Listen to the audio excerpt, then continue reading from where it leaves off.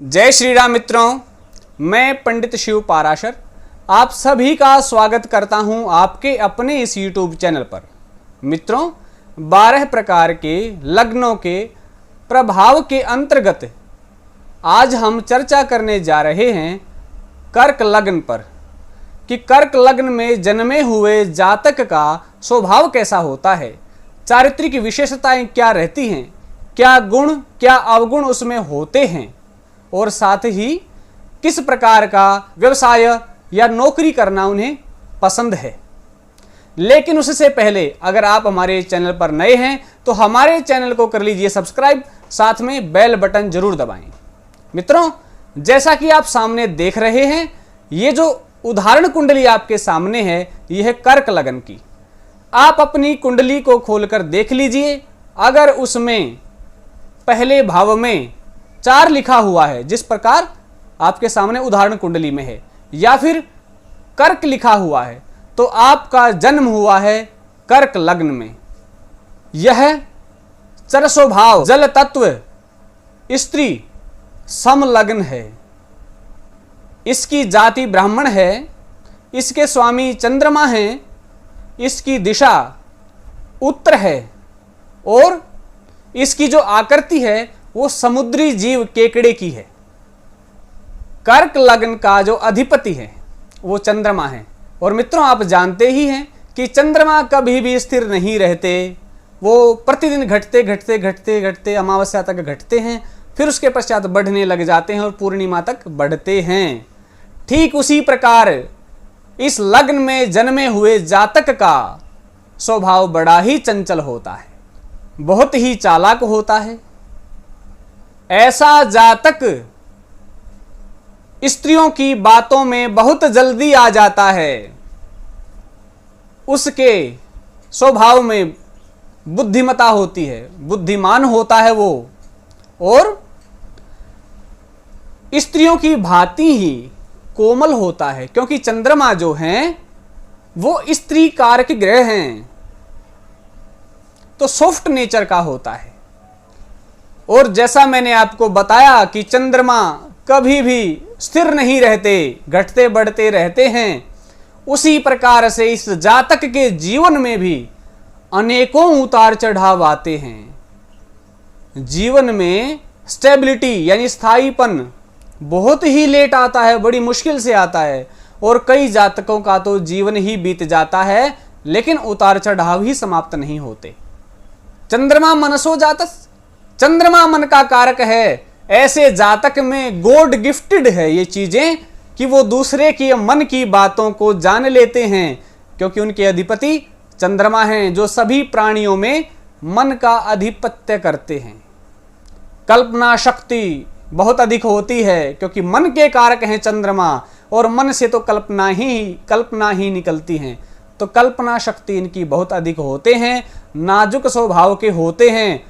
और विशेष बात यह है कि जिस प्रकार चंद्रमा से ही जवार भाटा उत्पन्न होता है, उसी के प्रभाव से इन जातकों के मन में जो क्रोध है उसी प्रकार ही जवार भाटे की तरह उत्पन्न होता है।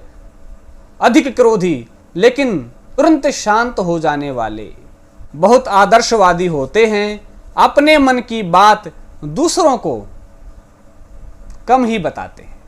चंद्रमा मन का कारक है और मन में ईश्वर निवास करता है और ईश्वर प्रेम स्वरूप है, तो ऐसे जातक में प्रेम भावना बहुत अच्छी होती है। मित्रता हो या रिश्तेदारी हो या अपने परिवार के सदस्य हो, ये किसी को भी धोखा नहीं पहुंचाते कभी भी। ध्यान रहे, अगर इस लग्न में चौथे घर में यानी 4th हाउस में शुक्र और चंद्रमा दोनों विराजमान हो जाएं तो घर में 2 स्त्रियों का योग बनता है। इस लग्न में जो सप्तमेश बने यानी विवाह के कारक ग्रह बने, सप्तमेश शनि हैं।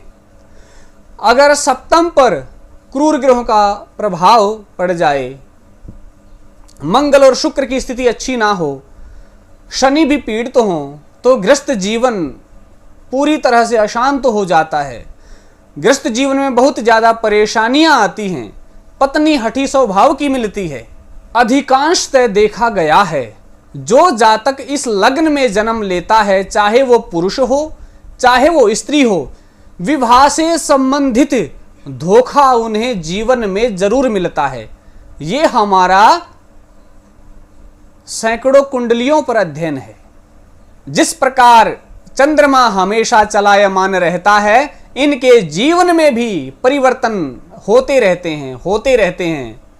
भाइयों से कम बनती है, यात्राएं अधिक करनी पड़ती हैं, घूमने फिरने के शौकीन रहते हैं, व्यापार बड़ी कुशलता पूर्वक करते हैं, और अगर वही व्यापार तरल वस्तुओं से संबंधित हो तो बहुत ज़्यादा लाभ देता है, कपड़ों से संबंधित हो तो बहुत ज़्यादा लाभ देता है, सजावटी सामान का व्यापार कर सकते हैं, ज्वेलरी का व्यापार कर सकते हैं। अगर नौकरी के क्षेत्र में जाएं तो स्टाफ नर्स वगैरह बन सकते हैं, देखा गया, अनुभव में आया है। लेकिन ध्यान रहे, शेयर मार्केट में ना जाएं, सट्टा बाजार में ना जाएं, उसमें विशेष प्रकार से हानि ही होती है। कर्क लग्न है, चंद्रमा अधिपति हैं, चंद्रमा मन के कारक हैं, मन मजबूत होता है, निर्णय लेने की क्षमताएं अधिक होती हैं, क्योंकि जिसका मन ही मजबूत है तो निर्णय ले सकता है। तो जो निर्णय ले सके उस प्रकार के कार्य में, जैसे वकालत के कार्य में जा सकते हैं, जज बन सकते हैं, मजिस्ट्रेट बन सकते हैं, तो इस प्रकार के अपनी नौकरी या व्यवसाय का चुनाव कर सकते हैं। एक बात और भी है, ये किसी भी कार्य को स्थिर होकर नहीं करते। मैं विशेष कहना चाहूंगा, जो इस कार्यक्रम को देख रहे हैं, अगर विद्यार्थी हैं, वो स्टूडेंट हैं, तो उनके लिए विशेष है।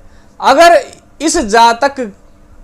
इस लग्न में जन्मे जातक पढ़ाई करना ना छोड़ें तो बहुत ज़्यादा सफल होते हैं। ध्यान रखना, अगर आप पढ़ रहे हैं तो पढ़ाई करनी छोड़नी नहीं है। मुझे पता है इस लग्न में जातक का मन पढ़ाई में नहीं लगता है, कम लगता है, लेकिन फिर भी आप ध्यान रखें, जो पढ़ लेता है इस लग्न का जातक, सफलता उसको अवश्य मिलती है। चंद्रमा, मंगल और गुरु की जो महादशाएं हैं, अंतरदशाएं हैं, विशेष लाभ देने वाली होती हैं। साथ ही बुध और शुक्र की जो महादशा अंतरदशाएं आती हैं, उनसे जीवन में कष्ट महसूस होता है, उनसे जीवन में कष्ट मिलता है। तो मित्रों, आज के इस कार्यक्रम में इतना ही। फिर मिलते हैं अगले कार्यक्रम के साथ। तब तक जय श्री राम।